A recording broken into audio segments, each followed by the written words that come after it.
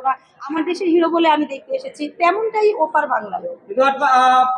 রায়হান রাফি যেটা বলেছে যে বাংলাদেশে যেমন কাঁপাইছে, কিন্তু কলকাতায় এরকম ঝড় তুফান দিয়ে করবে, কিন্তু সেটা উনি সাকসেস হতে পারছে না কেন? এখানে যদি শাকিব খানের বদলে তাদের দেশের কোনো হিরো হতো, অবশ্যই হতো, যেহেতু আমাদের দেশের হিরো।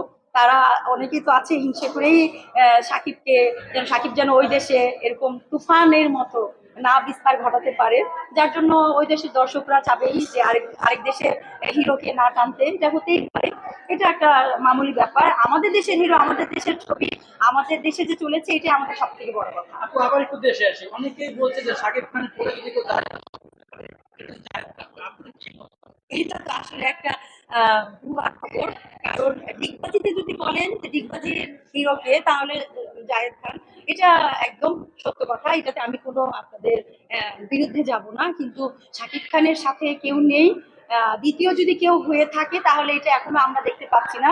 কারণ এমন কোনো ছবি ভালো আমরা এখনো দেখিনি যে আমরা শাকিব খানের পরে বা শাকিব খানের পাশে কাউকে এরকম দেখতে পারবো। তবে আমার আরেকজনকে ভালো লাগে, যেমন চঞ্চল চৌধুরীর অভিনয় ভালো লাগে। এই ছবিতে আমি চঞ্চল চৌধুরীকে দেখেছি, একসাথে আমার দুই হিরো এখানে অভিনয় করেছে, এই জন্য আমার কাছে আরো বেশি ব্যাপারটা ভালো লেগেছে। শাকিব খানকে কত দিবেন 10-এর ভেতরে এই মুভিতে? শাকিব খানকে সব দিক দিয়ে আমি 100-তে 100 দিব। আর রায়হান রাফিকে একজন পরিচালক হিসেবে আর কোন জিনিসটা অ্যাড করলে বেশি ভালো হতো? এই ছবিতে রায়হান রাফিকে আমি 100-তে 90 দিব, যেহেতু আমি এই ছবিটা এখনো শেষ করতে পারিনি।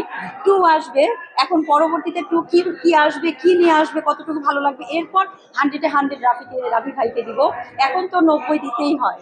সর্বশেষ যারা এখনো মুভিটি দেখেনি, কি মনে হয় একজন আর্টিস্ট হিসেবে সবাইকে কি বলবেন? যারা দেখেননি তারা আসলে তাদের জন্য সমবেদনা। কারণ যদি সিনেমা হলে আসে দেখার অভ্যাস থাকে বা দেখতে চান, অবশ্যই আপনারা তুফান ছবিটা দেখতে পারেন। একটা সামাজিক ছবি, খুবই সুন্দর ছবি, এবং মানে গর্ববোধ করবেন এই দেশের ছবি, এই ছবি আমাদের দেশের ছবি। সর্বশেষ শাকিব খানের উদ্দেশ্যে যদি কিছু বলে শেষ করতে?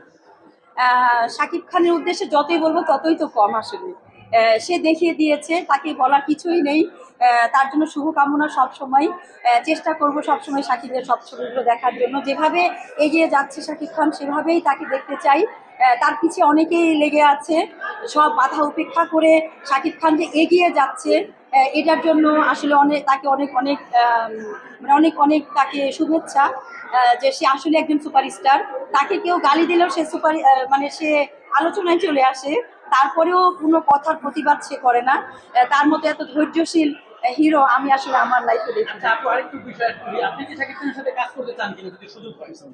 আসলে এইটা মনে হয় আমাদের দেশে এখন মানুষের নায়িকাদের কল্পনা। কারণ শাকিব খানের সাথে এখন ছবি করতে গেলে আসলে একটা লাখ লাগে। এখন সেই লাখটা যদি আমার থাকে তাহলে অবশ্যই হবে। আর কে না চায়, সবাই চায় যে শাকিবের সাথে অবশ্যই কাজ করতে। আপনার কাছে কেন বললাম, অনেক নায়িকা মডেলরাই যদি প্রোগ্রামে গিয়ে বলা হয় যে আপনি কি শাকিব খানের সাথে কাজ করতে চান, তারা বলে না। কেন? আমি শাকিব খানের সাথে কাজ করে প্রেগনেন্ট হয়ে যাবো বা আমার বিয়ে করে ফেলবে, এই একটা ভয়। আপনার কি মনে হয়? শুনেন, আসলে তারা চান্স পাবে না এবং শাকিবের সাথে ছবিও করতে পারবে না, যার জন্য এই কথাগুলো বলে একদম ভাইরাল হতে চায়। হ্যাঁ, যারা বলে তাদেরকে নিয়ে শাকিব খান কাজ করার মতো মানে ওদের ওই যোগ্যতাও নাই, কাজে এই কথাগুলোই বলতে পারবে ক্যামেরার সামনে।